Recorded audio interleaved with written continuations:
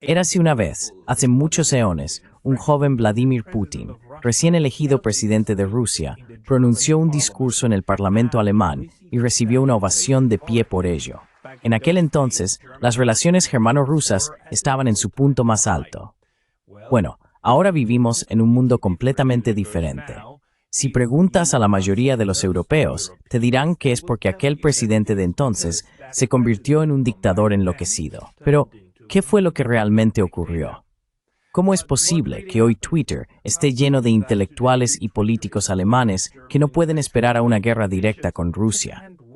Para ayudarnos a responder a esta pregunta está Alexander Rar, director de investigación del Foro Germano-Ruso y firme defensor de un retorno a unas relaciones bilaterales amistosas.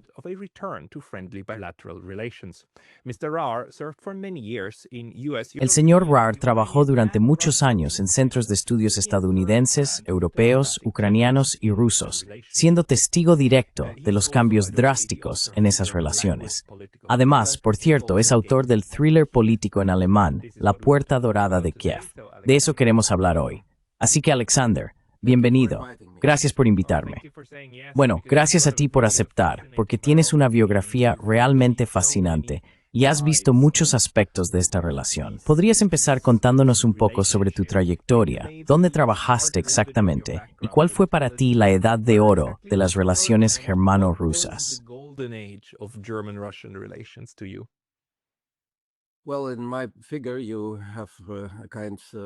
Bueno, en mi opinión, soy una especie de testigo de todos estos años tan interesantes y estoy realmente preparado para hablar de ellos.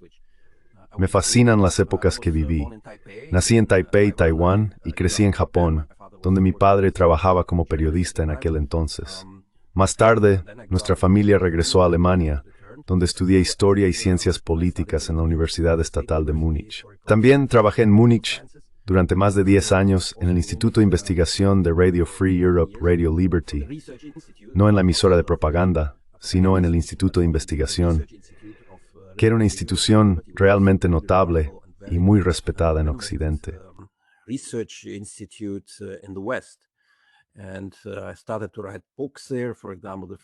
Empecé a escribir libros allí, por ejemplo, la primera biografía de Gorbachev, y muchas otras publicaciones salieron de mí en aquella época. En 1994, cuando Radio Free Europe cerró en Múnich, me trasladé a Berlín y Bonn y trabajé durante 20 años en el Consejo Alemán de Relaciones Exteriores, que era una especie de grupo de expertos del Ministerio de Asuntos Exteriores. En ese tiempo, también asesoré un poco al canciller Schröder sobre Rusia. Luego, en los años 2011 y 2012, lo que puede resultar realmente interesante para nuestros oyentes, no en 2014 cuando comenzó el verdadero conflicto con Rusia por Ucrania, sino 2 años antes. Noté algunas dificultades y movimientos extraños y redirecciones en la política germano-rusa.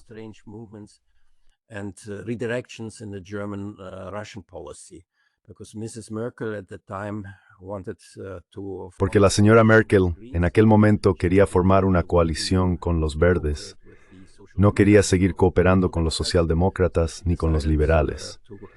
Así que decidió acercarse a los verdes.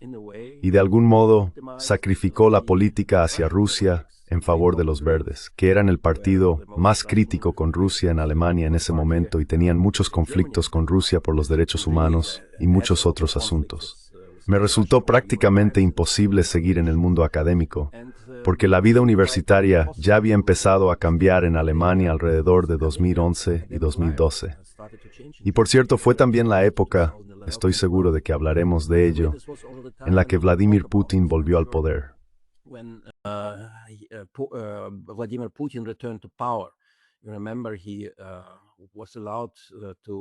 ¿Recuerdas que se le permitió ejercer como presidente solo durante 2 mandatos, hasta 2008, y luego tuvo que dimitir, según la Constitución? Dejó espacio para Dmitry Medvedev, quien fue presidente de Rusia durante 4 años. Pero después de esos 4 años, Putin decidió, y la Constitución se lo permitía, volver como presidente. Apartó a Medvedev y regresó como jefe del Kremlin, jefe de Rusia. Esto no fue bien recibido por Occidente. Fue rechazado por Occidente. podemos recordar que incluso Joe Biden, que era vicepresidente de Estados Unidos en ese momento, y también la señora Merkel, instaron personalmente a Putin a no volver como presidente, a mantenerse en un puesto secundario y dejar que el joven Medvedev dirigiera el país.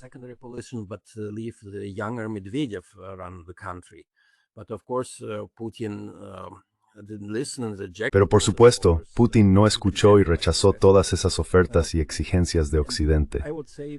Diría que fue en ese momento cuando comenzó el verdadero conflicto entre Occidente y Rusia, centrado principalmente en la figura y la personalidad de Vladimir Putin, quien se convirtió en una persona muy odiada, un enemigo de Occidente, debido a sus opiniones, su visión tradicional, su postura geopolítica y, como se dice aquí, sus ideas imperialistas, pero sobre todo por su rechazo a la expansión de la OTAN y su enfrentamiento abierto con Occidente por ese asunto.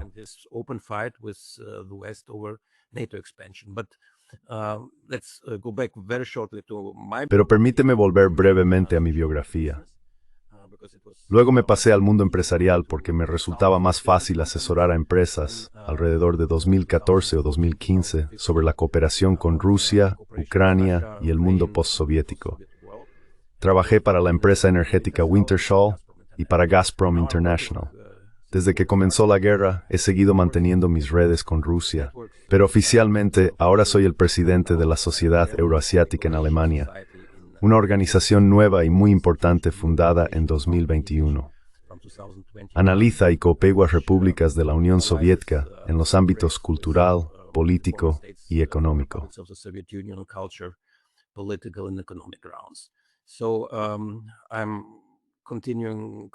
Así que sigo de cerca los acontecimientos en el mundo postsoviético. Y sí, me alegró mucho que durante los últimos 3 años me haya dedicado a escribir un libro monumental titulado La Puerta Dorada de Kiev, en el que intenté explicar las raíces del conflicto en Ucrania y la guerra en Ucrania. En el libro hay un largo diálogo entre un periodista, que por supuesto se nota que soy yo, aunque con otro nombre, y un general del FSB, un estrecho aliado de Putin. Hablamos de cómo comenzó la guerra, por qué no pudo haberse evitado, y cuáles son en realidad los verdaderos objetivos de los conflictos entre Rusia y Occidente, en Ucrania y más allá.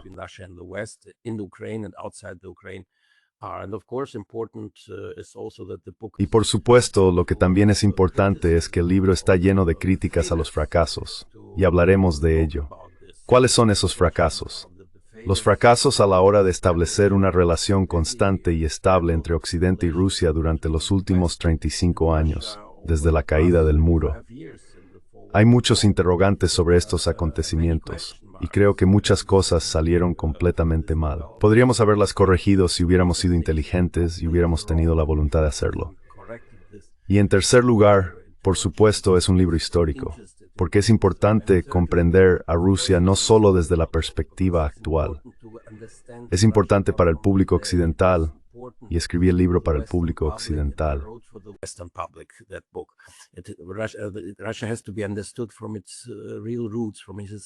Rusia debe entenderse desde sus raíces reales, desde sus raíces históricas.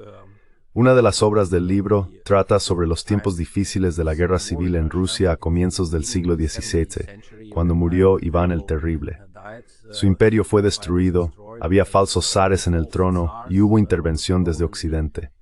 Gran parte de esto establece paralelismos muy interesantes con el mundo actual, con la política europea y la arquitectura europea de hoy. Realmente recomiendo que la gente se acerque a estos hechos históricos y a esta reminiscencia histórica para comprender la política actual.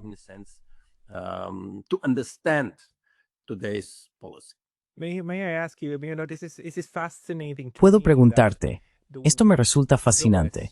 ¿Por qué en Occidente, en Europa Occidental, somos plenamente conscientes de lo fundamental que fue, digamos, un acontecimiento como la Revolución Francesa y de los ideales de la Ilustración y demás para la civilización occidental actual? Eso se da por hecho. Pero cuando los rusos empiezan a hablar de la historia y de la importancia de la historia, de cómo influye en su manera de pensar, la reacción instintiva de la mayoría de los europeos occidentales es: Se lo están inventando.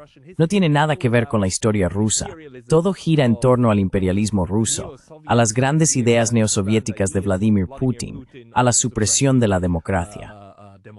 ¿Por qué crees que, por un lado, somos tan capaces de comprender nuestras propias raíces y trayectorias históricas, o de reconocer ciertos relatos históricos, y al mismo tiempo los rechazamos por completo en el caso de los rusos? ¿Cómo te parece que eso tiene sentido?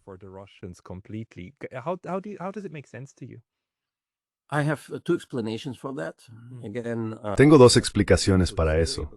De nuevo, permíteme volver a la historia, porque desde un punto de vista histórico se puede entender y también responder a tu pregunta. En primer lugar, hemos vivido en un cisma entre Occidente y Rusia desde 1054. No fue culpa de Rusia, fue culpa de los griegos o de los romanos en 1054, que rechazaron todas las ofertas de la Iglesia Católica de la Roma Occidental.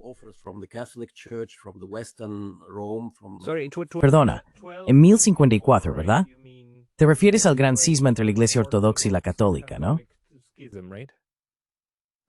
Sí, fue 1054, porque él dijo 1054, fue en el siglo XI. Sí, porque él dijo 2000, pero tú te referías a 1054. Perdón, por supuesto, quería decir 1054. Bien, perfecto, gracias. Disculpe, soy historiador, claro.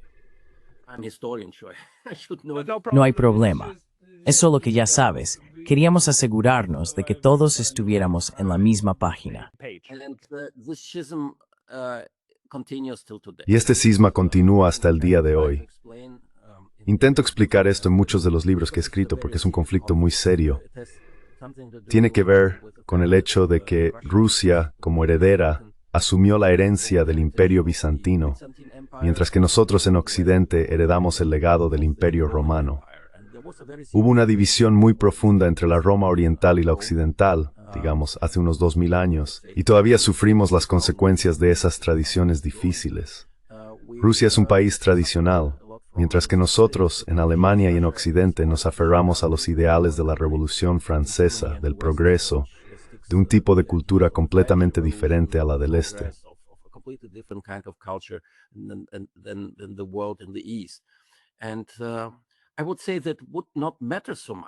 Y yo diría que eso no importaría tanto si no existieran también conflictos geopolíticos en Europa Central y Oriental. Tierras, países, naciones, culturas situadas entre Oriente y Occidente, y siempre hubo guerras por ello.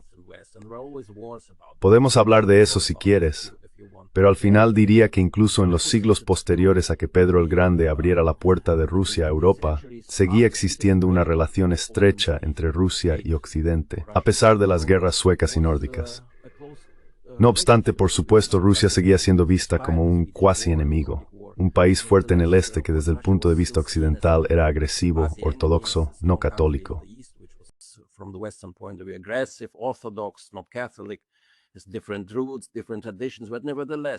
Reglas diferentes, tradiciones diferentes, pero aún así comenzó la cooperación. Rusia se convirtió cada vez más en un país europeo, incorporado al mundo europeo, y Occidente también se incorporó al mundo ruso. Muchos europeos se trasladaron a Rusia, hicieron carrera bajo el zar y ayudaron a desarrollar la industria rusa y demás, por supuesto. Diría que el siglo XIX, la victoria común de los europeos, incluida Rusia, sobre la Revolución Francesa y sobre Polonia, lleva en cross más profundas y las atunzueres, arquitectura bewerflee.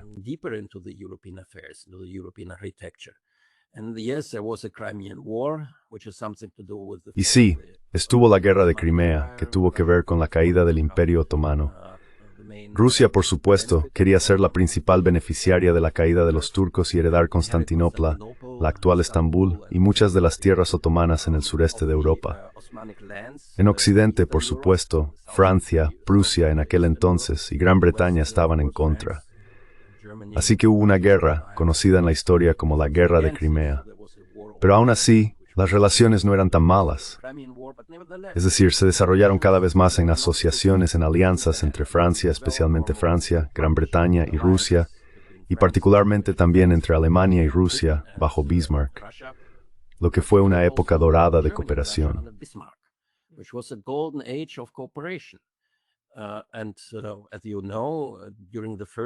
Y como sabes, durante la Primera Guerra Mundial, la Rusia zarista estuvo muy estrechamente aliada con las potencias occidentales contra Alemania. Fue una guerra europea, la primera gran guerra mundial, en la que Rusia fue vista como una aliada, no como un país que debía considerarse únicamente un enemigo de Europa. Pero luego llegó la revolución bolchevique, y ese es ahora mi segundo punto, aún más importante, al responder a tu pregunta. No lo olvides, hemos vivido ya unos 80 años de una Rusia completamente separada de Europa. Yo lo expresaría así. Rusia se convirtió en un país comunista, fue la Unión Soviética. Tenía sus propios objetivos ideológicos. La Unión Soviética también quería conquistar el mundo con las ideas marxistas y leninistas.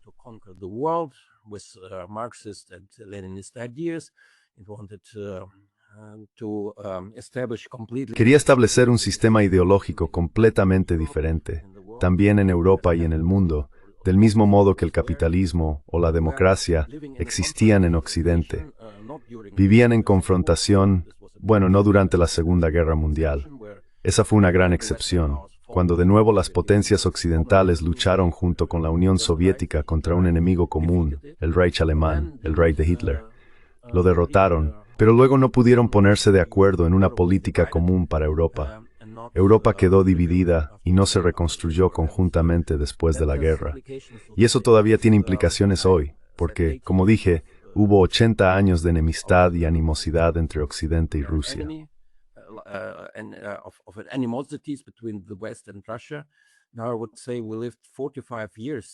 Ahora diría que vivimos unos 45 años desde el 45 en un estado o en un escenario de guerra fría entre la Unión Soviética y Occidente. Y la recordamos de manera diferente. Quizá tú la recuerdes menos. Yo la recuerdo más, porque crecí en los años 70 y 80. Recuerdo esa guerra fría. Fue una época en la que había un telón de acero que atravesaba Europa, cuando no podíamos viajar al este y la gente del este no podía venir al oeste. Esa terminal que fue una contra-obo. Había una completa falta de comprensión de la guerra al otro lado. Hubo una guerra fría.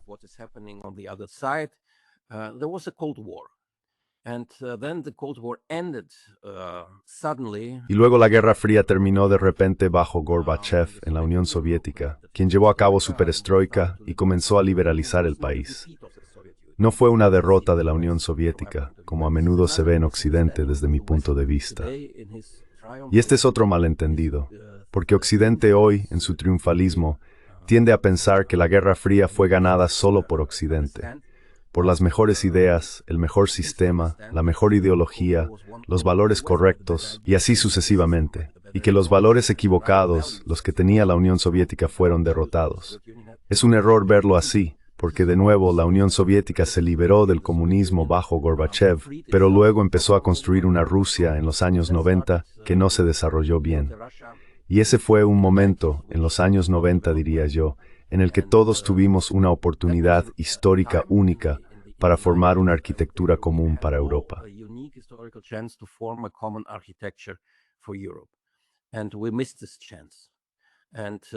Y perdimos esta oportunidad. Los rusos estaban a favor. Creo que incluso algunas fuerzas en Estados Unidos no estaban en contra, siempre que América formara parte de este sistema común. Los europeos, bueno, descuidaron la idea, pero aún así, algunos de ellos expresaron su apoyo. Al final, no funcionó. Luego nos precipitamos cada vez más hacia un nuevo conflicto en Yugoslavia. Durante la guerra en Yugoslavia, también hubo otras guerras, Rusia en Chechenia, o conflictos en torno a Georgia o la expansión de la OTAN, cuando Rusia dijo, vais a expandir la OTAN hasta nuestras fronteras, y los rusos respondieron, no, esperad, no podéis hacer eso, es un acto ofensivo contra nosotros. Lo rechazaremos, lo combatiremos, incluso al precio de la guerra, a cualquier precio. Malinterpretamos esto. Pensamos que Rusia era demasiado débil para enfrentarse a nosotros.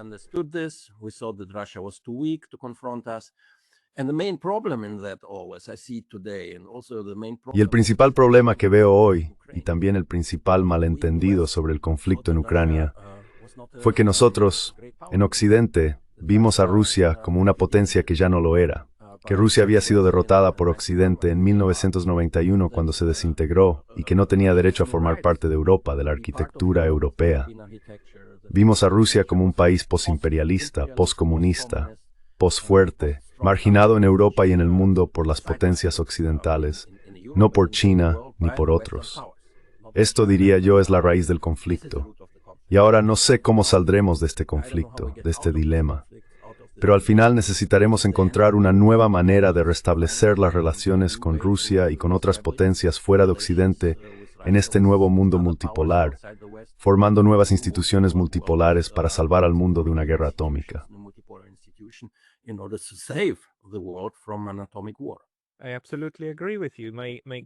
Estoy totalmente de acuerdo contigo.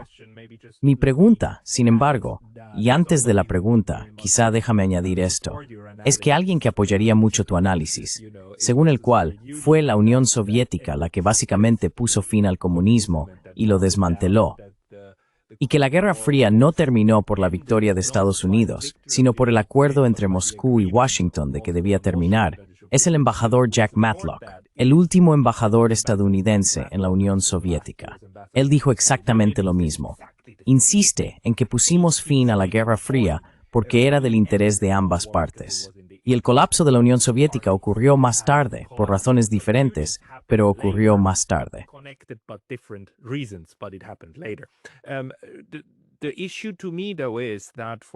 La cuestión para mí, sin embargo, es que durante mucho tiempo también entendí la guerra en Ucrania como el resultado de un gran malentendido, una falta de alineación en la forma en que nos interpretábamos mutuamente. Pero a estas alturas, lamentablemente, tengo que decir que no, que hubo muchísimas personas que sabían exactamente lo que estaban haciendo, que comprendían perfectamente lo peligrosas que eran esas políticas. Y es interesante que digas que sitúas el cambio en la relación alrededor de 2011 o 2012, porque sabemos que en 2007 Vladimir Putin pronunció aquel discurso tan importante en la Conferencia de Seguridad de Múnich, y ya entonces básicamente se rieron de él, o más bien, no literalmente, pero se le presentó como alguien ya proto-antioeste, y así sucesivamente.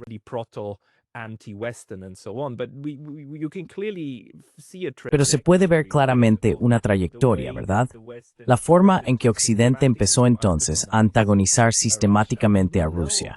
Conocemos a personas como el señor Brzezinski y toda la idea del gran juego, la noción de que hay que asegurarse de que los alemanes y los rusos nunca se unan, porque de lo contrario, un continente euroasiático pacífico y estable dejaría a Estados Unidos sin margen de maniobra. Hay personas en Estados Unidos que piensan en esas categorías, en esos términos. Yo suelo llamarlos los neoconservadores, los que quieren fomentar la animosidad, y en gran medida se salieron con la suya. ¿Cómo ves el impacto de quienes querían activamente impedir una relación positiva entre Alemania y Rusia?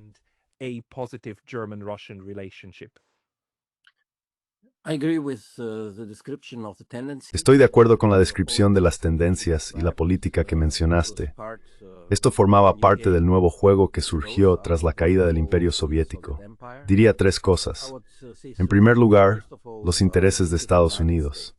En los años 90, Estados Unidos quería mantener una buena relación con Rusia, pero en sus propios términos. Quería obtener cada vez más control sobre el territorio ruso, las armas nucleares, por supuesto. Quería desarmar a Rusia, convertirla en un socio menor y construir una asociación energética con Rusia, con Mikhail Khodorkovsky y sus oligarcas, que en aquel momento eran muy proestadounidenses.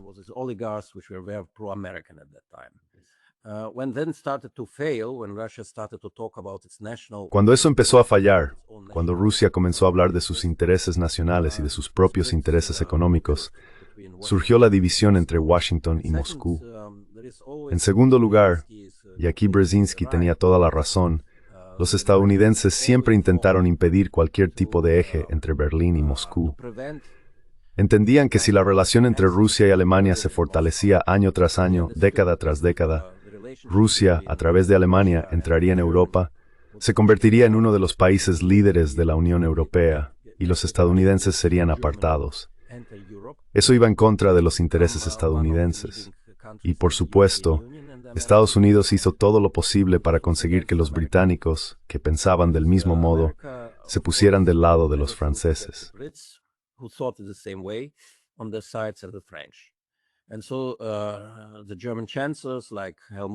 Así que los cancilleres alemanes como Helmut Kohl o Gerhard Schröder, que estaban interesados en seguir una política de este tipo hacia Rusia, no en construir un nexo, sino en mantener una buena cooperación con Rusia, acabaron perdiendo. Fueron demasiado débiles y Alemania no contaba con suficiente apoyo, ni siquiera a nivel interno, para este tipo de cooperación y alianza con Rusia. Sin embargo, Rusia siguió empeñada en fomentar esta alianza e intentó reconstruirla, porque era de su interés. Este fue uno de los principales problemas de la arquitectura europea, que no pudo resolverse. El segundo problema fueron los antiguos países del Pacto de Varsovia. No todos, pero especialmente Polonia y los estados bálticos. Siempre se les consideró países que querían formar parte de Occidente, al igual que Hungría, Chequia y otros. Y yo diría que estos países no entraron en Occidente por la puerta de la Unión Europea.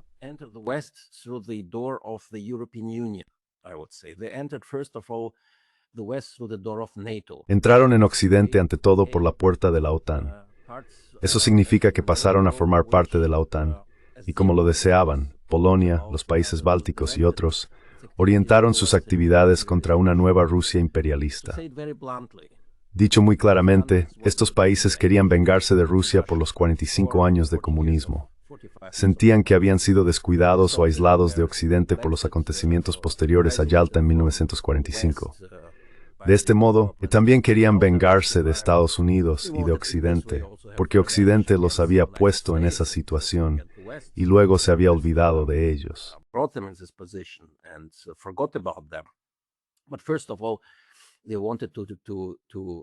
Ante todo, querían enfrentarse a Rusia por el futuro. Necesitaban una especie de marco, una imagen del enemigo. Rusia se convirtió en el enemigo ideal para ellos, una forma de manifestar su nueva identidad en Europa, como países que luchan por una nueva identidad europea. Pero esta identidad no estaba tan vinculada a los ideales de libertad de la UE y demás. Se trataba sobre todo de la animadversión hacia Rusia y de la lucha contra el imperialismo ruso. Estaban contentos haciéndolo, las élites lo querían, y por cierto, esto es exactamente lo que está ocurriendo ahora. Ganaron.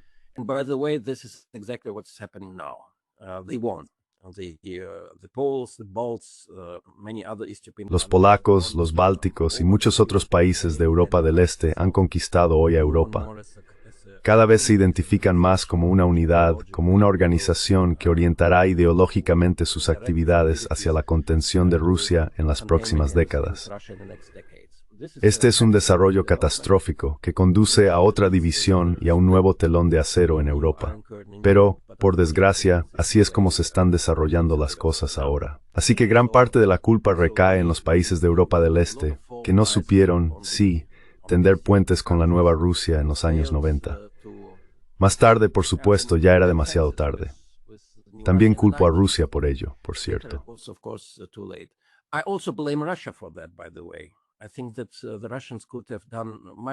Creo que los rusos podrían haber hecho mucho más para empezar a cooperar y comprender a los estados bálticos, Polonia y los países de Europa del Este, que antes fueron satélites de Moscú y que por supuesto sufrieron bajo el comunismo en Rusia.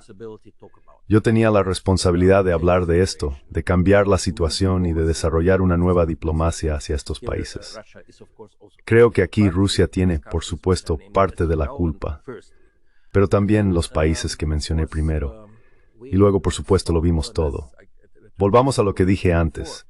Pensábamos que Rusia era un país del pasado, que su lugar no estaba en Europa sino en algún lugar de Asia, y que quizá Rusia se desmembraría en la próxima década.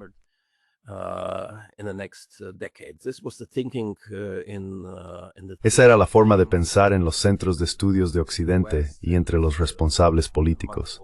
Descuidaron por completo los acontecimientos en Rusia. No estaban interesados en Rusia. Mi director en el Instituto de Investigación en Alemania me dijo en 2007, «Señor Rahr, Rusia ya no es interesante. Si Rusia no quiere convertirse en un socio menor de Occidente, que se vaya, que desaparezca. No estamos interesados en cooperar con una Rusia que tenga sus propios intereses. No entendemos los intereses rusos. A Rusia no se le permite tener sus propios intereses en Europa. Pero Rusia, por supuesto, lo veía de otra manera, y nosotros lo descuidamos por completo.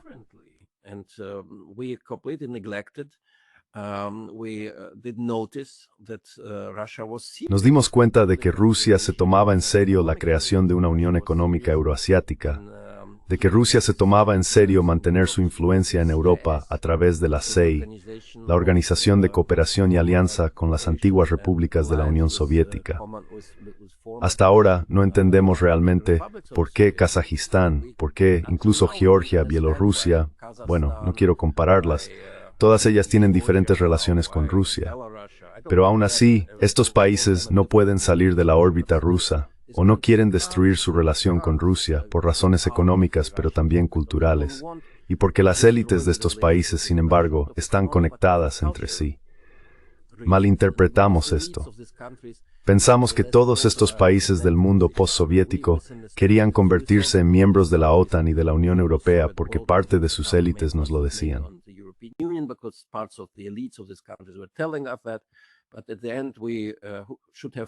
Pero al final deberíamos haber entendido que la mejor manera de cooperar con Europa del Este en aquel momento habría sido una alianza, una especie de zona de libre comercio o algo parecido, entre la Unión Europea y la Unión Económica Euroasiática.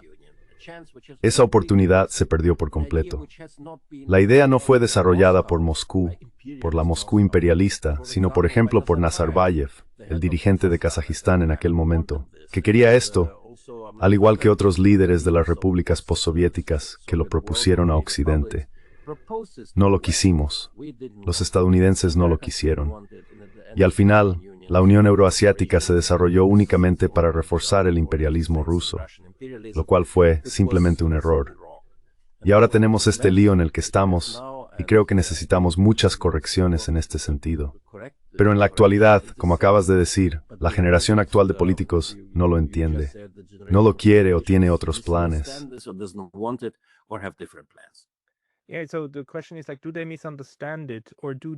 Sí, entonces la pregunta es, ¿lo malinterpretan o lo tergiversan intencionadamente? Quizá no tengamos que entrar en eso si no quieres, pero sí vemos ciertos alineamientos en Occidente que son realmente casi paradigmáticos, como el hecho de que el señor Sikorski, el ministro de Asuntos Exteriores de Polonia, esté casado con Anne Applebaum, una de las principales neoconservadoras de Estados Unidos, ¿verdad? Y tienes estos alineamientos de fuerzas claramente antirrusas por un lado. Y por otro lado, también tienes, bueno, no una contrarreacción, sino una nueva forma en que el sur global observa el drama que se está desarrollando, ¿no?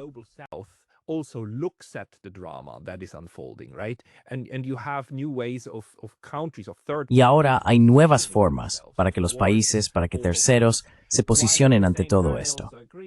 Al mismo tiempo, también creo que Rusia no es muy buena entendiendo lo autoritaria que parece desde fuera. Tomemos, por ejemplo, a la pequeña Mongolia, que mantiene una relación excelente con Rusia y quiere conservarla así. Pero entonces el señor Putin decide visitar Mongolia, hacer una visita de Estado allí, solo para demostrar que Skordnets de Tepi en su contra no puede aplicarse. Y por supuesto, la pequeña Mongolia no tiene ambición de aceptarlo.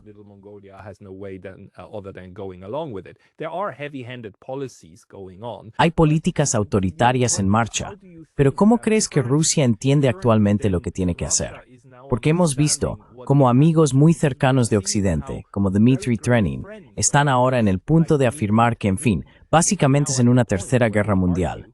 No es una segunda guerra fría, es una tercera guerra mundial.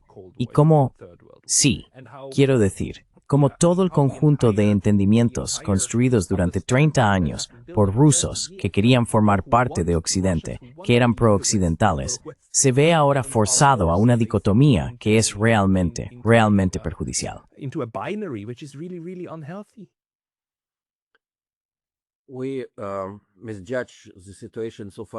Juzgamos mal la situación si pensamos que ha habido grandes planes para construir la Unión Europea como un nuevo imperio. Tal vez sea así, pero yo describiría la situación de esta manera. La ideología o idea transatlántica se ha incorporado realmente al pensamiento de las élites occidentales durante las últimas décadas. El transatlanticismo es más importante que el europeísmo, los ideales de la Unión Europea, y es más importante que cualquier relación especial con Rusia. Entonces, ¿quiénes son los principales impulsores de este transatlanticismo? Son los Estados Unidos. No menos bajo Trump, pero, por supuesto, el Estado profundo estadounidense, las élites estadounidenses, siguen siendo muy transatlánticas. Significa que están orientadas hacia Europa y hacia los valores occidentales, determinados por ellos.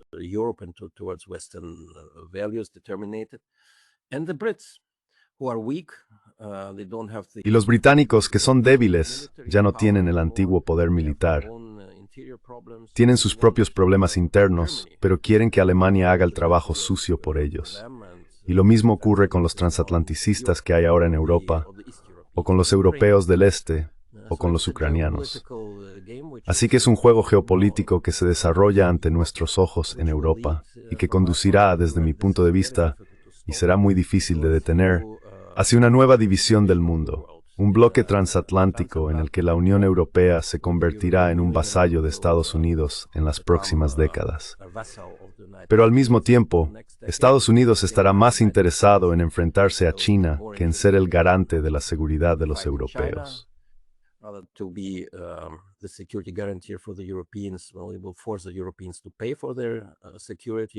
Bueno, obligará a los europeos a pagar por su seguridad, por sus planes, pero no les permitirá tener su propia geopolítica ni su propia política hacia Rusia, por ejemplo, o hacia China. Obligará a los europeos a mantenerse en la línea estadounidense.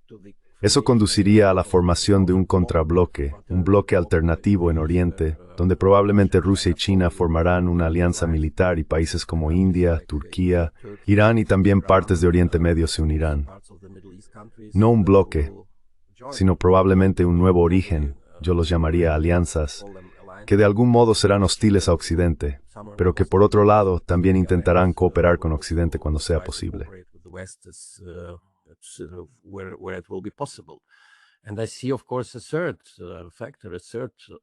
Y veo, por supuesto, un tercer factor, un tercer bloque o polo principal desarrollándose en el mundo.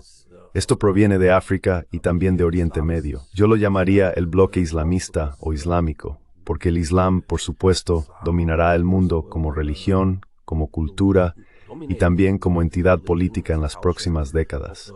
Tenemos que darnos cuenta de ello. Ahora no es tan visible, pero lo será mucho dentro de 10 o 15 años, especialmente en un continente como África, que será mucho más importante hoy, con más de 2.000 millones de habitantes. Y este será el mundo en el que viviremos. And this will be the world in which we're living, and what I'm very critical of that De lo que soy muy crítico es de que ahora estamos volviendo a apresurarnos, en Alemania o en Occidente, hacia la antigua línea de confrontación con Rusia. Puede que estemos deseando y buscando de nuevo continuar con este conflicto este-oeste, mientras que el verdadero conflicto en las próximas décadas no será este-oeste, sino norte-sur, debido a los desafíos que llegan del sur hacia el norte. Ahora los comprendemos, los vemos, pero no los entendemos como deberíamos en este momento, porque aún no nos tan graves o peligrosos.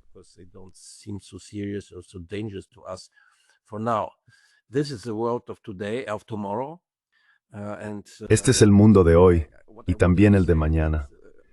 Lo que quería decir es que todo lo que estamos discutiendo ahora es importante para el presente, pero espero que la próxima generación de políticos entienda que el futuro necesitará métodos completamente diferentes e instituciones multipolares para estabilizar el mundo, para salvarlo de la destrucción, de una nueva guerra nuclear. No creo que terminemos en una guerra nuclear. No estoy de acuerdo en que estemos en una tercera guerra mundial, como dijo Trenin. El conflicto en Ucrania sigue siendo localizado. Gracias a Dios. Gracias a Dios se ha mantenido en Ucrania. Y en 2022, estoy de acuerdo, los expertos estadounidenses decían que existía el peligro de que Rusia pudiera usar un arma nuclear para detener nuevos ataques ucranianos contra el ejército ruso. Pero Rusia no utilizó sus armas nucleares y ahora está ganando en Ucrania. Lamentwater Hernando. Winning in Ukraine, slowly but winning. I think what we'll see, if you are interested in my Creo que veremos, si te interesa mi opinión, muy pronto, probablemente a finales de este año o el próximo, la división de Ucrania. Sí. El este de Ucrania pasará a Rusia y las partes occidental y central de Ucrania, lo cual, por cierto, también es una victoria para Occidente, se mantendrán como están y se integrarán en la UP.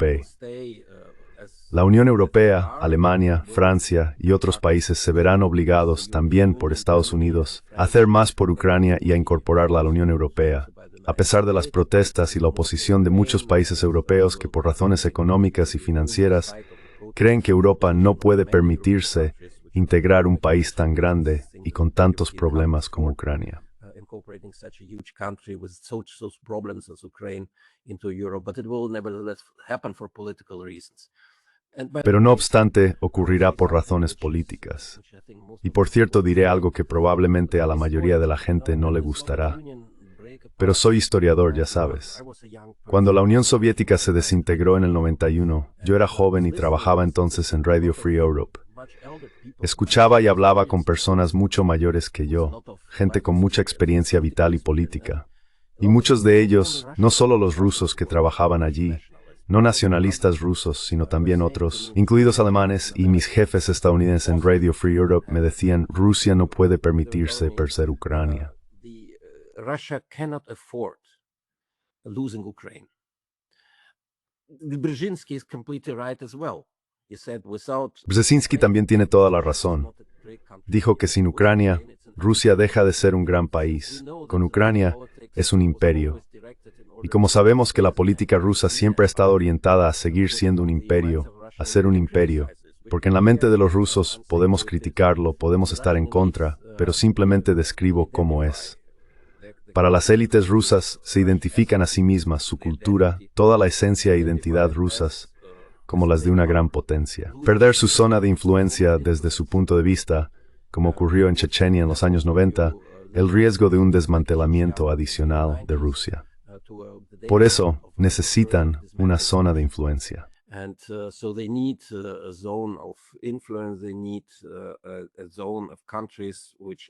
Necesitan una zona de países que sean aún más, quizá vuelvan a incorporarse a Rusia, como Crimea o el este de Ucrania, o se conviertan en verdaderos amigos de Rusia, al menos no miembros de la OTAN ni de la Unión Europea. Esta es su comprensión de la seguridad rusa. Y no podemos cambiarla, salvo mediante la guerra, solo mediante la guerra. Así que este será un primer paso. La primera vez en Ucrania que Occidente probablemente experimente una derrota personal desde el 45, cuando surgió el nuevo Occidente. Y para seguir estabilizando Europa, para intentar vivir en un nuevo mundo de multilateralismo, multipolarismo, policentrismo, tendríamos que reconocerlo. Y creo que con el tiempo lo reconoceremos. And I think by time we will acknowledge this. And yes, Russia will gain 20% of the Ukraine territory. Y sí, Rusia ganará el 20% del territorio ucraniano. Pero al menos ese territorio está hoy habitado por personas que, siendo francos, no son realmente ucranianas. Se inclinan hacia la historia rusa, la cultura rusa, la iglesia rusa. Son y se volverán cada vez más rusos. Y la otra parte de Ucrania tendrá una oportunidad histórica única para desarrollar su identidad ucraniana, por supuesto, en contraste con la rusa, pero también dentro de la Unión Europea, como parte de la cultura europea en las próximas décadas. Es una buena y única oportunidad para Ucrania. Al final, diría algo que quizá a muchos observadores no les guste. Ucrania era demasiado grande en 1991, cuando la Unión Soviética se desintegró. In 91, when the Soviet Union fell apart, a lot of parts of Ukraine, muchas partes de Ucrania habrían necesitado algún tipo de autonomía, como Donbass o Crimea. No podían permanecer en un Estado ucraniano centralizado en 1991 porque Ucrania nunca había existido en la historia con estas fronteras. Y esto no es propaganda rusa, es historia. Quiero decir, hoy la gente dice que este es el mundo de Putin. No es el mundo de Putin. Esto es algo que los historiadores y todos los que estudian la historia de Europa del Este conocen desde hace mucho tiempo. Así que al final podría haber una salida a esta crisis. No habrá una tercera guerra mundial. Habrá un conflicto latente con el que seguiremos viviendo. Pero habrá más conflictos en el mundo.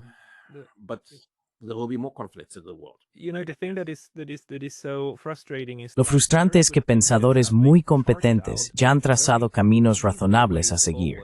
¿Cómo se podrían haber conciliado los círculos de los que hemos estado hablando, los mismos que ahora se disputan con armas? Anatol Lieven ha señalado esto una y otra vez. Ucrania, una Ucrania grande como era, podría haber existido perfectamente si hubiera sido un Estado federal y neutral. Eso habría satisfecho las necesidades de seguridad de Rusia y su necesidad de un hinterland próspero, un hinterland ucraniano que también podría haber servido de puente hacia Europa. Eso habría cuadrado el círculo a la perfección. Pero nunca llegamos a ese punto.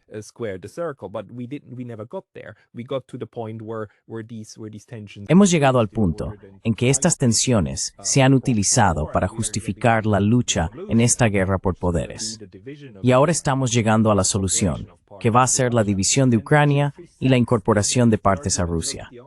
Jeffrey Sachs sigue defendiendo que la única manera de que esto sea verdaderamente estable es reconociendo la necesidad no de esferas de influencia, sino de esferas de seguridad. Porque incluso bajo tu concepción, el resto de Ucrania podría convertirse en miembro de la UE, pero nunca será miembro de la OTAN. Rusia simplemente no detendría su intervención militar si ese siguiera siendo el objetivo. Quiero decir, ¿realmente ves el futuro de esa parte restante de Ucrania también dentro de la OTAN?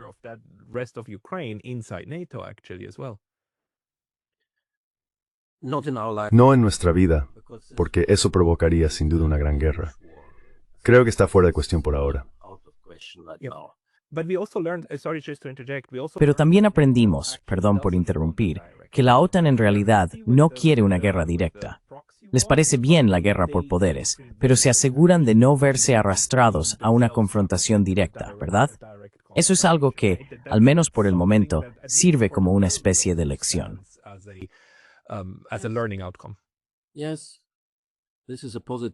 Sí, esto es algo positivo. Al final, las decisiones sobre si ir a la guerra o no las toman, de hecho, personas serias en la OTAN, no personas estúpidas, no ignorantes, no el tipo de políticos aficionados que están en el poder en muchos países en este momento. Entonces, ¿quiénes son esas personas responsables? Porque quiero decir, los generales son muy reflexivos, ¿no? No. Me refiero a los militares y a las personas que no están impulsadas ideológicamente, los verdaderos políticos, que entienden lo que acabas de decir, que una guerra nuclear no se puede ganar. Nadie gana una guerra nuclear. Es absurdo pensar que todas las armas o cohetes nucleares rusos lanzados contra Estados Unidos serían derribados sobre el Atlántico o el Pacífico. Las personas que escriben ese tipo de cosas se sientan en las redacciones de los periódicos occidentales, gente que no tiene ni idea de lo que habla o escribe. Se olvidan de los submarinos, de la estructura de los arsenales nucleares, tanto de Estados Unidos como de Rusia.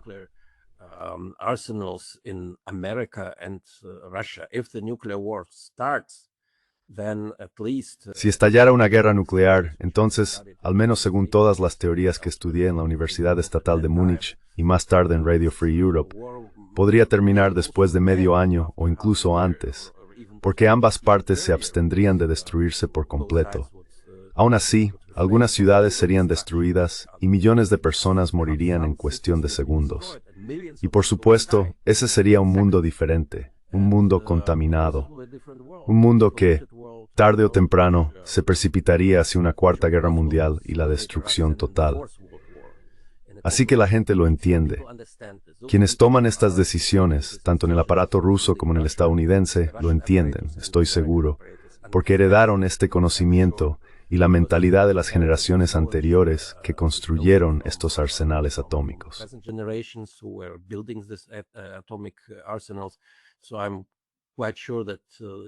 Así que estoy bastante seguro de que seguirá como está.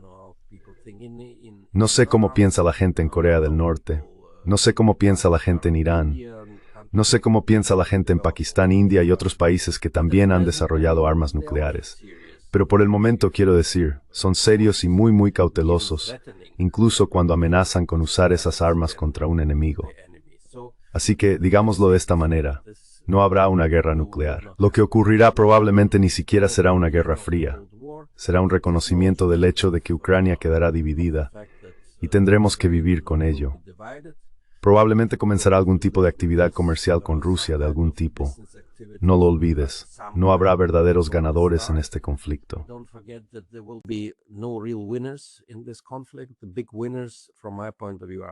Los grandes ganadores desde mi punto de vista son Estados Unidos, que por supuesto reafirmará su papel como líder sobre Europa, y China, que en realidad será, después de esta guerra, la verdadera ganadora, la hermana mayor en la relación con Rusia. China salvó a Rusia de las sanciones, y esto será reconocido por todos. China también impedirá que Occidente cause más daño a Rusia. Desde mi punto de vista, a través de su política de la ruta de la seda y como constructora de un mundo multipolar, China se está volviendo mucho más fuerte. En mi opinión, quizá me equivoque, pero veo a la Unión Europea y a Rusia, por supuesto, como la parte más débil en las consecuencias de la crisis ucraniana. Y por supuesto, la parte más débil es Ucrania, porque aquí veremos.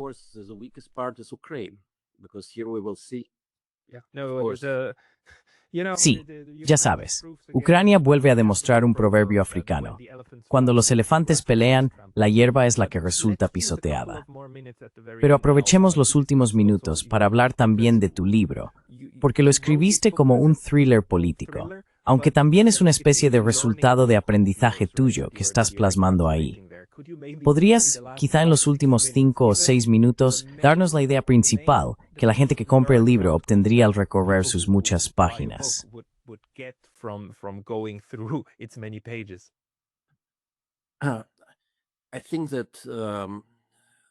Claro. Creo que este libro es también un homenaje a Fyodor Dostoyevsky, el gran escritor de la historia rusa que previó la Revolución de Octubre y los conflictos del siglo XX. Lo que quise hacer en el libro, probablemente recuerdes Los demonios de Dostoyevsky, es una obra famosa de la literatura universal. Y estos demonios, por así decirlo, ahora llegan a Europa y comienzan a desorientar a las sociedades occidentales, incluidas la rusa y la estadounidense. Así que también es un libro psicológico y filosófico sobre los problemas que existen en nuestras sociedades, donde la guerra en Ucrania es solo un catalizador de todas estas cuestiones una vez más. Por eso esta conexión es importante.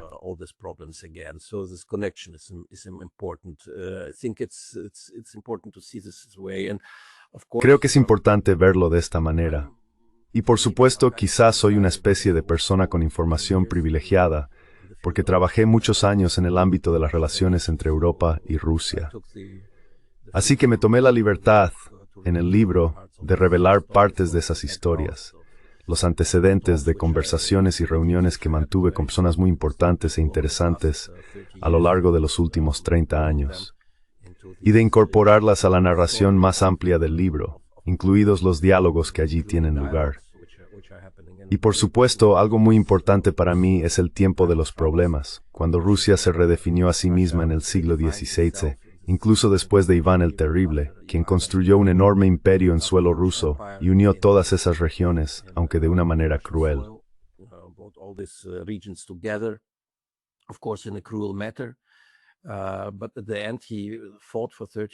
Pero al final, luchó contra Occidente durante 30 años, perdió su ejército y volvió a perder el imperio ruso. Tuvo que ser resucitado después de 16 o 20 años del periodo de los problemas. Pero Rusia superó esa etapa y hubo líderes políticos muy positivos, así como el patriarca Filareto en aquel momento, a quien describo como uno de los protagonistas. Y el libro, con todo su conocimiento, con sus relaciones con Occidente, con sus relaciones con Asia y otros países. Diría que es un libro fascinante e interesante que tiene muchas similitudes con épocas anteriores, de las cuales podemos aprender hoy cómo avanzar.